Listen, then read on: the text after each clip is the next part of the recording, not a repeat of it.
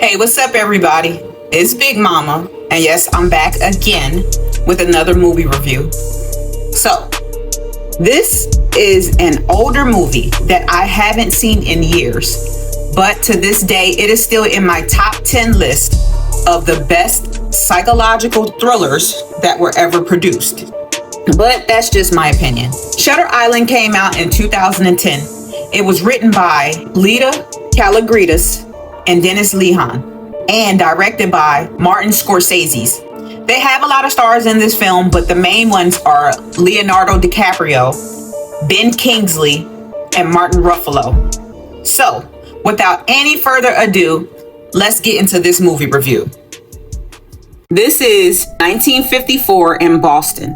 U.S. Marshals Teddy Daniels, played by Leonardo DiCaprio, and his new partner, Chuck Ale, played by Mark Ruffalo, arrived at a ferry at Ashecliffe, which is a mental institution on Shutter Island, to investigate the mysterious disappearance of a patient named Rachel Solando. Rachel, who had drowned her 3 children, somehow escaped from a locked cell without shoes or without a trace. Ashecliffe had 3 wards. There was Ward A for the male patients, Ward B was for the female patients, and Ward C held the most dangerous patients in the facility. The staff searched all 3 wards and they still could not find her. When Chuck and Teddy arrived at Ashecliffe, they began questioning the hospital staff, and Teddy felt like the staff was hiding something. When they were done the interviews, the U.S. Marshals found a strange note in Rachel's room that said, "The Law of 4, who is 67?" Now, the Law of 4 is talking about anagrams, and although there were 66 patients at Ashecliffe, the note suggests that there is a 67th patient. And Teddy becomes convinced that this mysterious patient is a man named Andrew Liatis. Liatis was the janitor from his old apartment complex, who he believed started the fire that killed his wife. When the marshals were alone, Chuck asked Teddy, "Why were you asking everybody that we interview about Liatis?" So Teddy admits that his real reason for taking the case was to find Liatis. He said that Liatis vanished after he killed his wife, and he thinks that he's here on this island. So right now, I just want to talk about Teddy for a little bit. Teddy is a highly intelligent World War II veteran that carries heavy emotional scars from his past. During the war, Teddy and his unit killed the Nazis and liberated the Jews from their concentration camps. When his unit reached the camps, they witnessed a lot of sick stuff, and Teddy became traumatized. So time goes on, Teddy went home, got married, then became a U.S. Marshal. While he was at work, someone set the apartment complex on fire, and he believed that the janitor, Andrew Liatis, set the building on fire. Teddy has been having a lot of nightmares about his deceased wife, Dolores, and nightmares about what he saw at the concentration camps. He dreamt about piles of dead Jewish people just laying there frozen, and while he's looking at the pile of dead corpse, a little girl gets up out of the pile and tells him, "You could have saved us. You could have saved us all." Then later on, after Teddy meets Rachel Solando, he started having nightmares about her and her 3 children that she drowned. So these dreams make Teddy feel guilty because he felt like he could have saved these people. While on the island, Teddy and Chuck begin interviewing patients and staff, but Teddy grows suspicious because the patients were trying to warn him about something. The staff wasn't on their job when they were supposed to be watching Rachel, and they let her primary care physician, Dr. Sheehan, leave the facility to go on a trip the same time his patient went missing. And their excuse was, "Oh, he's a doctor. He can do what he wants to do." Then Teddy met the German doctors at the facility, and he was convinced that they were former Nazis conducting secret mind-controlling experiments on these patients. Teddy knows something is wrong because after he got on the island, he started suffering from intense migraines, hallucinations, and now his nightmares are more intense. And his sense of reality begins to deteriorate. But like I said, Teddy is highly intelligent, so he starts to question the doctors a little more, and they start to get uneasy around him because they know that he's starting to figure out what's really going on. So as the day goes on, Teddy and Chuck is informed that they found Rachel. When he went to go interview her, everything physically on her looked fine. You know, she was still not right in the head, but physically she looked fine, and her feet didn't look dirty, nor were they scarred up or anything. But she didn't have any shoes on. Teddy was told that she was down by the lighthouse skipping stones, and he knew something was off about the situation. So now that they found her, Dr. Crawley was trying to rush Teddy and Chuck off of the island because he didn't want them to do any more investigating. But they could not leave off of the island because the weather was really bad. There was a tornado coming through, and the ferry was not going to get there until a day or two from now. So a really bad storm came through, and it tore up the whole electrical system, and the generators were not working. All of the mental patients were out of their room and running around the island. Behind them was the hospital staff, chasing them around, just trying to regain order. While everyone was distracted, Teddy and Chuck took this opportunity to get into Ward C and find Andrew or proof of the 67th patient. The U.S. Marshals went inside of Ward C dressed as orderlies. When the guard that works there saw them, he thought they were there to find the patients that were running around loose. And he said, you know, you have to be very careful because they will kill you. Okay, so the detectives played along, and then one of the patients named Billings jumped out and he scared Teddy. So Billings tapped him and was like, "Tag, you're it," then started running. Teddy got mad, so he started chasing Billings. When Teddy caught up to him, Billings started choking him from behind while he was teaching Teddy a lesson about hydrogen bombs. It was crazy. It was funny too. Teddy got out of the chokehold and he tried to kill Billings. When Chuck and the guard saw this, they broke it up, and the guard asked Chuck to help take Billings to the infirmary. Then he told Teddy to go take a walk. So Teddy walked off, and he went to another corridor that was dark on the inside. One of the inmates was whispering, "You told me I would be free of this place. You promised.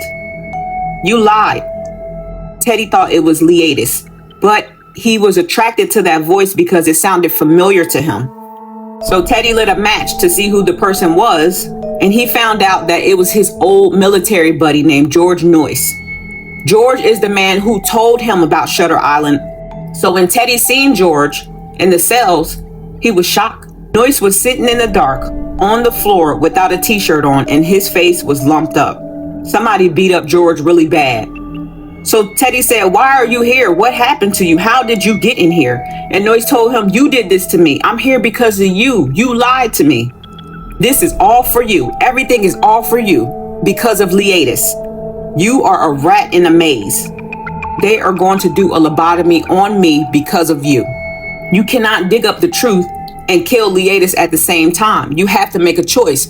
Do not kill him." While George was talking, Teddy started hallucinating and seeing his dead wife, Dolores. So George said, "Yeah, and you have to let her go. She's messing with your head. She is going to kill you. The only way to uncover the truth is to let her go." And Teddy said, I can't let her go." So George said, "If you can't let her go, then you're never going to get off this island. If you want Leatis, he's in a lighthouse. He's about to get lobotomized." So Teddy was about to leave, and he said, "I promise I'm going to get you out of here. I will be back for you." Okay, Chuck found Teddy, and he told him, "We need to hurry up and get out of here. They are looking for an orderly who beat up Billings. We need to leave before they identify you." So the men left out of Ward C and escaped to a wooded area. When they got there, Chuck had a paper in his hand and told Teddy that he found proof of the 67th patient. He kept urging him to look at it.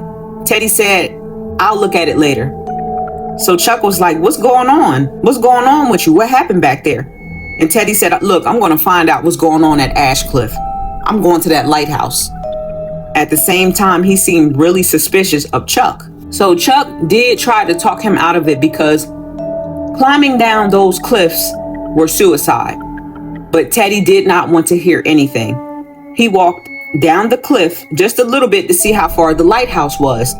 Then he walked back up the cliff to tell Chuck about what he found, but Chuck was not there. He saw Chuck's body at the bottom of the rocks near the ocean. So Teddy climbed all the way down And then he seen that that was not Chuck. It was just an outline on the rocks that looked similar to a body. So now it's nighttime. He's by the ocean and it's freezing cold. And the only thing he could do is climb back up those cliffs so he won't freeze to death. When he looked up, there were hundreds of rats coming out of the holes, and he just started stepping over them because he saw a cave that he could sleep in, and it looked like a fire was burning inside of that cave. When Teddy finally reached the cave, he found the real Rachel Solando and they started talking. She told him, "I never had children. I was never married. I used to be a doctor at the mental institution."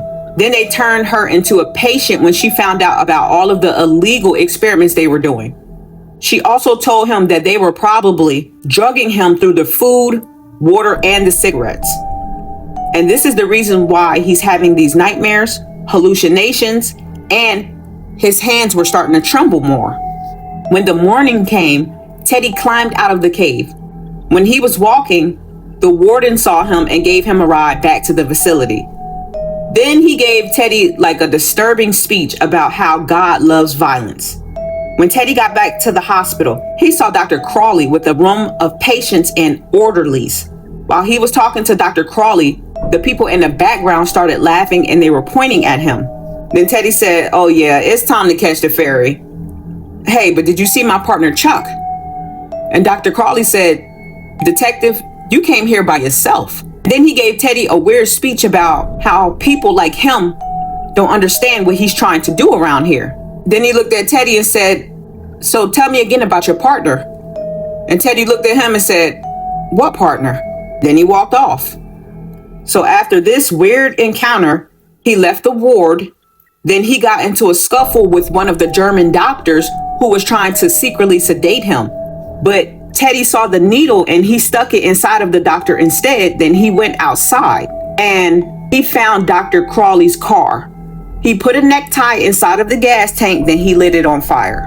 The whole time that Teddy was trying to find a way to blow up Dr. Crawley's car, his dead wife Dolores was telling him not to do it. She's like, "Look, do not do it. Just get on the ferry and leave. Do not stay here. Don't go to the lighthouse. If you go there, you will die. Let it go." But Teddy would not let it go because he wanted to avenge his wife's death and solve the mystery of the 67th patient. When the car explodes, there was a scene of Dolores and the little dead girl from the Nazi camp just standing in front of the explosion. He blew up the car because he needed a distraction. When the staff ran towards the explosion, Teddy jumped in the ocean and swam to the lighthouse. When he got there, he knocked the guard out, took his rifle, went upstairs, and he just kicked the door open. When Teddy stepped in the room, Dr. Crawley looked at him and said, "Why are you all wet, baby?" And he was like, "What you just say to me?" So the doctors told him to sit down and dry off. "I'm going to tell you the truth about what's really going on." Okay, so now this is the twist. Dr. Crawley gave Teddy the file on the 67th patient. Teddy started reading it, and it said something about the patient was highly intelligent, very dangerous. He was a soldier and a U.S. Marshal. Then it said why the 67th patient was there. So now Teddy is like, this is all bullshit. And he tried to argue. So Dr. Crawley showed Teddy a whiteboard and said, "These are all anagrams. Edward Daniels is the same as Andrew Liatis. Rachel Solando is the same as your wife's maiden name, Doris Chanel. This is the law of 4. Your real name is Andrew Liatis. You are the 67th patient at Ashecliffe. You've created the scenario because you don't want to believe that you are a murderer." Teddy did not believe him. He's like, "Look, my partner Chuck went missing. I uncovered some illegal activities. I'm a U.S. Marshal." And he just kept going on and on and on. So Dr. Crawley is getting frustrated. He's like, "Look, I've been hearing this same story for the past 2 years." Then he told Teddy all about his nightmares that he's been having. The Jewish girl he's been seeing is actually Rachel, saying, "You could have saved us. You could have saved us all." He also said the reason why Teddy is shaking is because he's going through withdrawal from his medication right now. So Teddy was like, "What about George Noyce? I know he's real. What did you do to George?" Dr. Crawley said, "You did that to George. You beat him up because he called you Liatis. And you would do anything not to be Liatis." Hello, boss.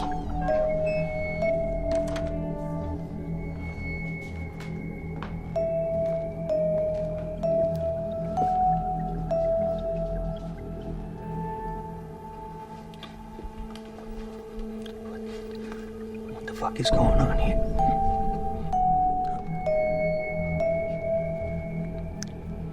You working for him?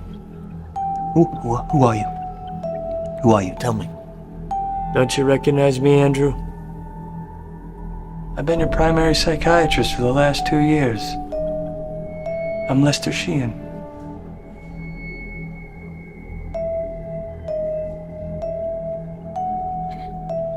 I told you about my wife. I know. I climbed down a cliff to get you. I trusted you. I risked everything to come in here after you. Everything. I know, boss. As they were trying to convince him of what was going on, Teddy grabbed a gun and he started shooting at them. Although he saw blood, no one died because the gun was fake, and the rifle that he took from the guard was never loaded. Teddy was the most dangerous patient on Shutter Island. So the guards and everyone had to use empty guns because he is highly intelligent and trained in combat. They could not take the risk of Teddy getting hold of a loaded gun. This pissed him off even more, so he started choking Dr. Sheehan. Then Dr. Crawley ran up and showed Teddy pictures of his dead children that he doesn't remember having. Then the memory started coming back to him. Teddy had 3 children with Dolores: Simon, Henry, and Rachel. And they lived in an apartment complex. Dolores was a stay-at-home mom who was a manic depressant, and she was suicidal. Everyone, including Dolores herself, tried to warn Teddy about her, but he didn't want to listen. He just drank his liquor and stayed away from home as much as he could. She purposely set the apartment on fire as an attempt to get some attention from Teddy. After this happened, he moves them to a house near the lake. One day he came home from a long work trip and he saw Dolores in the backyard. Although she seemed pretty calm and happy, Teddy was like, something is wrong. Something is off about this woman. Like, something is off about this whole situation. So he really looked at her and she was wet. And he said, baby, why are you all wet? Where are the kids? They're in school.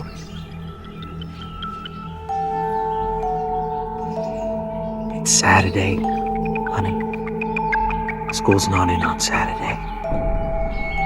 He saw his 3 children floating in that water. And Teddy tried to revive them, but it was too late. So he ended up shooting Dolores. Then he went crazy. Now that we know the truth, I'm going to start calling Teddy by his real name. Andrew started to remember what happened, and then he admitted to everything he did. Dr. Crawley told Andrew, the board wants to do surgery on you, but in an attempt to save you, we have conducted the most radical therapeutic experiment ever done in order to bring you back to reality. If you do not come into terms of what you did, they are going to give you a lobotomy.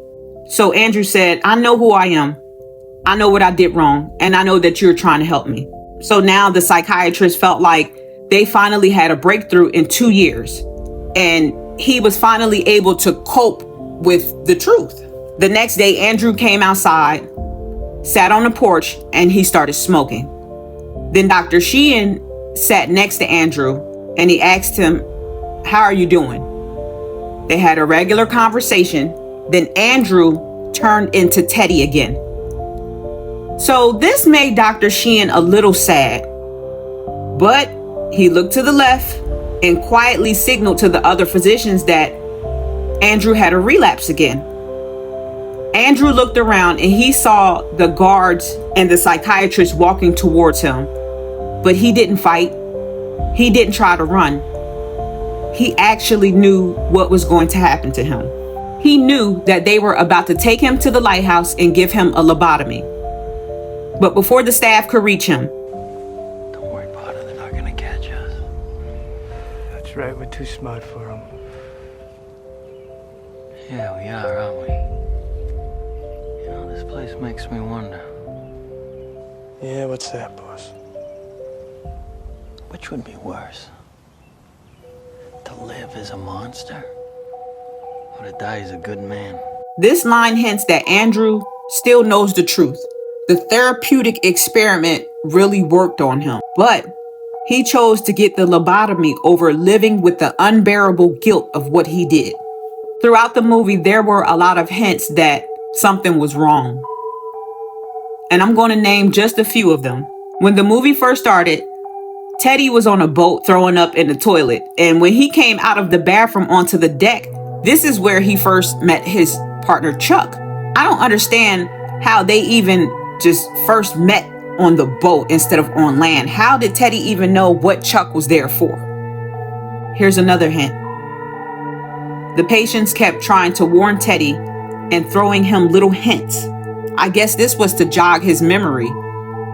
And also, they were trying to get him to escape while he had the opportunity. Okay, when it was time for the U.S. Marshals to hand over their guns, Teddy handed over his gun with ease because he was used to doing that.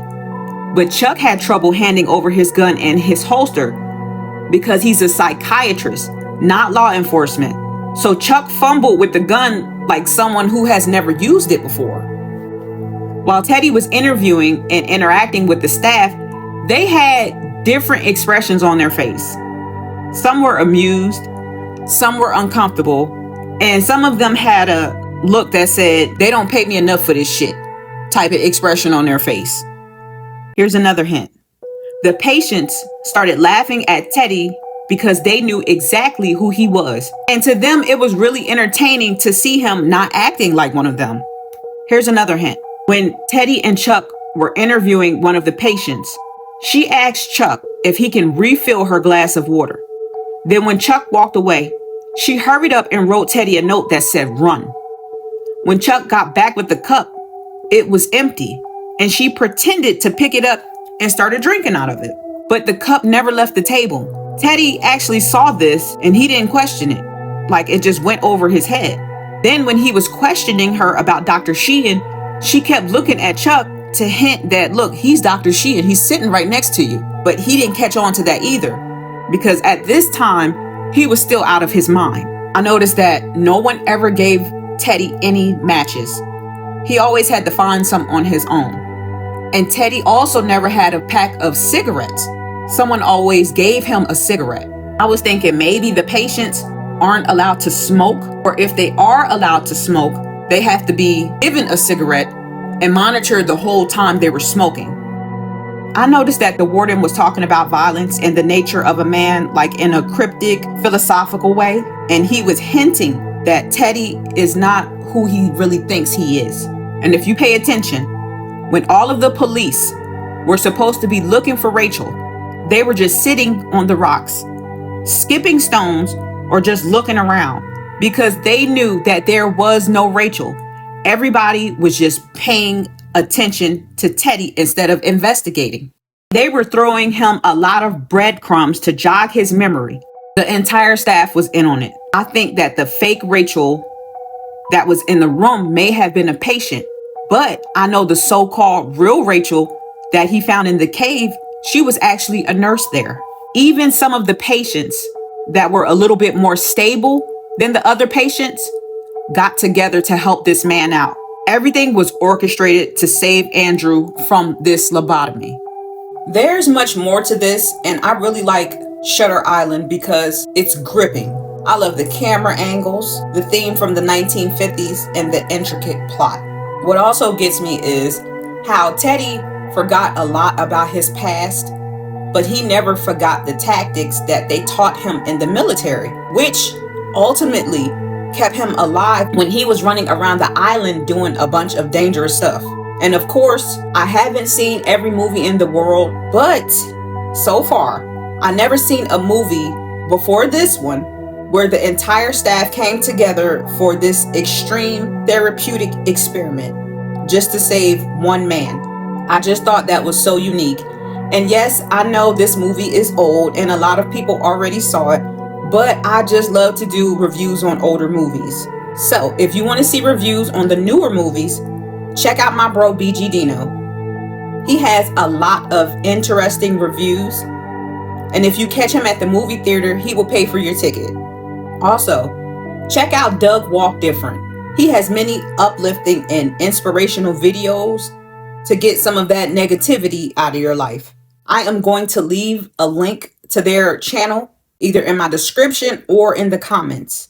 And I would like to thank everyone who supports this channel. So before I leave, I need you all to like, comment, or subscribe and stay tuned in for my next movie review. I'm out.